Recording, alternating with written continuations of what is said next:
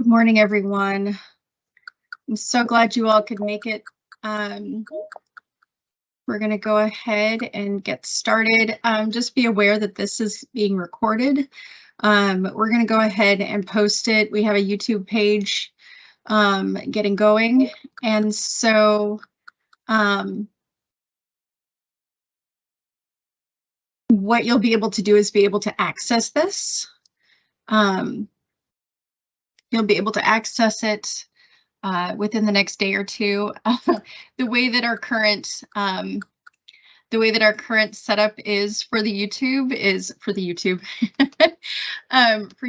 is to we have our own little page that I've set up for this, and so it won't let me do it in 1 hour like blocks. I have to break it down into every 15 minutes. So just be aware that it's going to be broken up a little bit. But at that, we're going to go ahead and get started. I'm going to work hard to make sure that we're all muted. And then also that we're making sure that everyone is coming in. Okay, and so if you guys could just go ahead and not have your video on, that would be great, because it makes it easier for how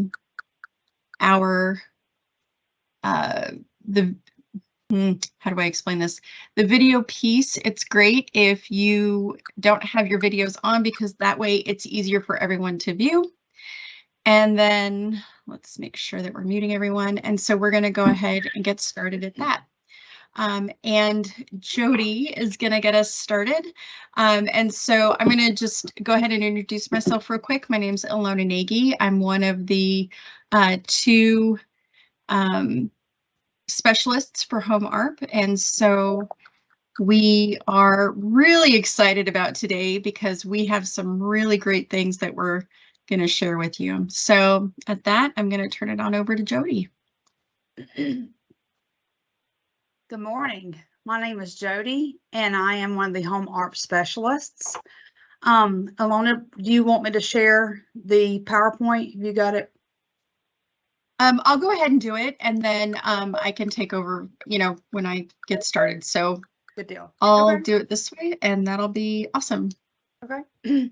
So I work with the Department of Community Affairs in the HOMEARP program.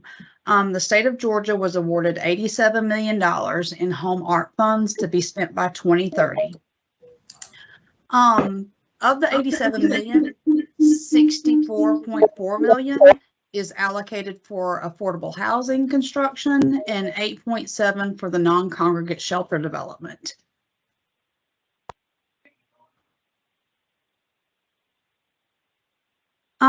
We need to look at housing as a continuum. Housing should be 30% of your gross income or less, and if you are paying more than that, you are grossly housing burdened. And our goal with these HOMEARP funds is to help the burden for families in Georgia. And of those families, we have some qualifying populations who would be, who are gearing these funds towards. Ready for the next slide? Yes, please. Okay. 70% of the units for the affordable rental housing piece need to be for qualifying populations, for residents who are 30% low income and less. And of the qualifying populations, we're looking at homeless, people who are currently experiencing homeless, who are at risk of homelessness, formerly homelessness, those that have a great risk of housing instability, people who may be fleeing domestic violence, sex trafficking, human trafficking, and of all those qualifying populations, if you're a veteran with one of those statuses. The annual applications for the LIHTC program will go out next year, and we're hoping the construction to be completed by September of 2030. We will go with the first round of the LIHTC housing, and then we will run it after until there are no more funds.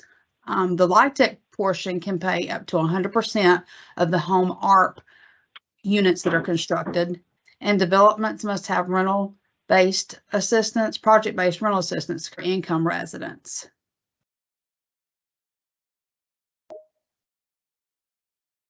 I apologize, everyone. No, you're I good. was trying to bring up my chat so that way we can keep up with that. That's awesome, Jody. Thanks. You're welcome. So as Jody was talking about with the piece around housing as a continuum, this HOMEARP program is really around taking care of individuals who are in this emergency shelter transitional housing piece and moving individuals into the rental housing portion. And so the beauty of this particular program is it is around partnering the money with the tax credit program, but also establishing good emergency shelters that are able to serve a variety of different populations. So that is from groups that may be individuals as well as families. And so really being able to utilize those units with the non-congregate shelters for a multiple type of populations, which is really great. It offers our communities an opportunity to serve individuals who really do need some emergency shelter services and also may not meet the traditional homeless designations. And so again, for non-congregate shelter, they're private rooms or units, and they have a restroom, and they also have their own door. If there is a kitchen, it can be in the unit, or it can be it can be in another part of the location. It can be a congregate type kitchen. This is money for construction for new developments as well as acquisition and rehab of existing structures. And so this is something that I know that hotel motels and nursing homes and those kinds of transitions are really popular or have been for the last few years, transitioning hospitals specifically. I know that there's one in California. We had a church that was transitioned. Actually, we have it right now in Brunswick, and it's with the homeless services down there, which is awesome.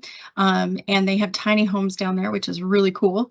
And so just know that this program cannot cover the operating expenses the way that we're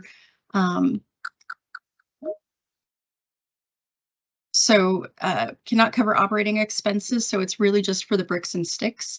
And then the project sponsors must be able to pay for staff operations and maintenance for a compliance period. So for new construction, it's 15 years.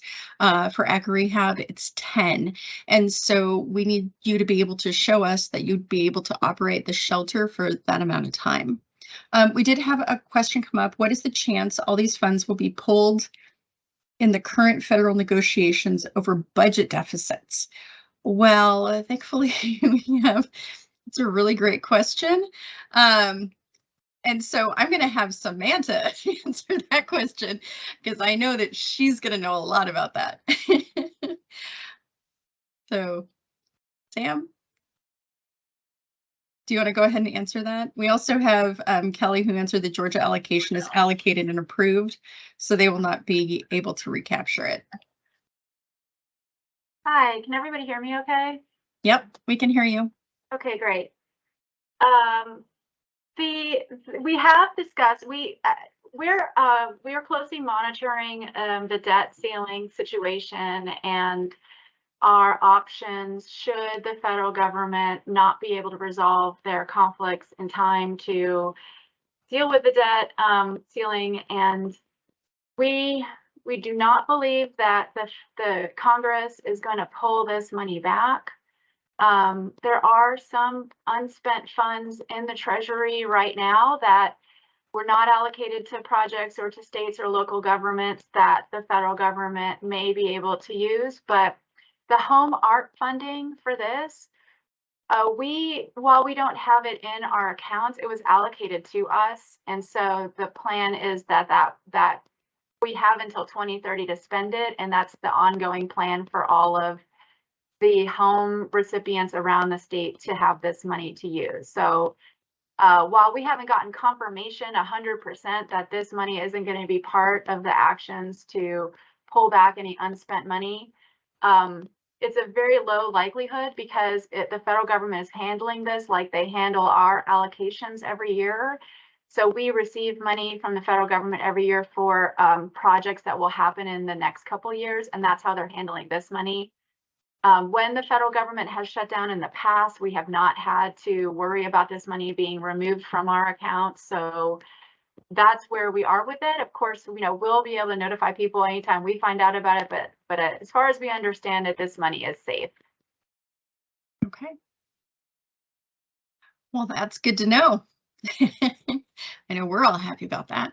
But that was a great question. Thanks, Sam. And so we also had another question come up, and I know that if we're going to answer it, and Kelly and Sam can also chime in on this, can you apply for HOMEARP separately for tax credit for a LIHTC project as a nonprofit affordable housing developer if you have access to permanent supportive housing rental assistance? Absolutely. We really want to partner the tax credit developments with some sort of project-based rental assistance. And so if there is, and PSH has additional programming, which is really great. So that is definitely a possibility. It really depends upon the specifics around the particular program. If it's a shelter plus care program, there's it may be a little bit harder to negotiate versus a straight project-based rental assistance.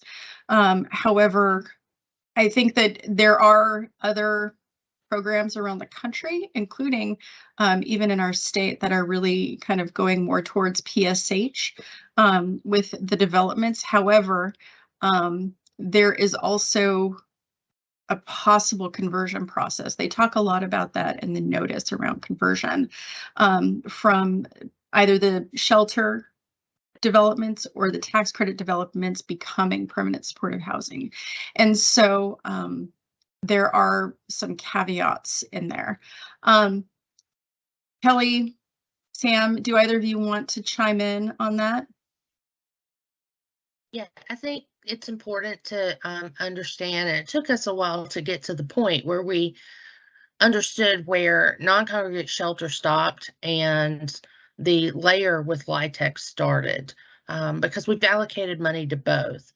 The non-congregate shelter solution is very specifically a non-lease solution. So the resident will be there for whatever time period it takes to get them stabilized. There's not a lease that they sign per se. It doesn't fall under the landlord tenant handbook. And so it doesn't require a minimum of 30 days or 3 months, 6 months, 12 months kind of situation. Whereas under LIHTC, that is a leased solution.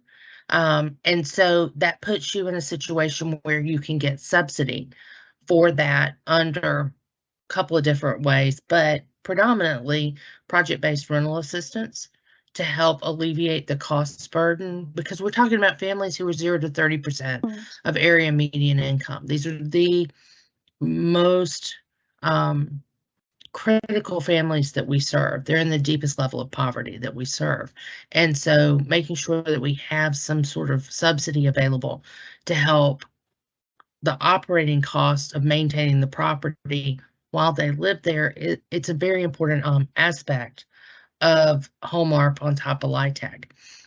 So when you're talking about the permanent supportive housing piece and that rental assistance, you're talking about any kind of voucher, you're really talking about the LIHTC portion of HOMEARP and not the non-congregate shelter portion of HOMEARP. This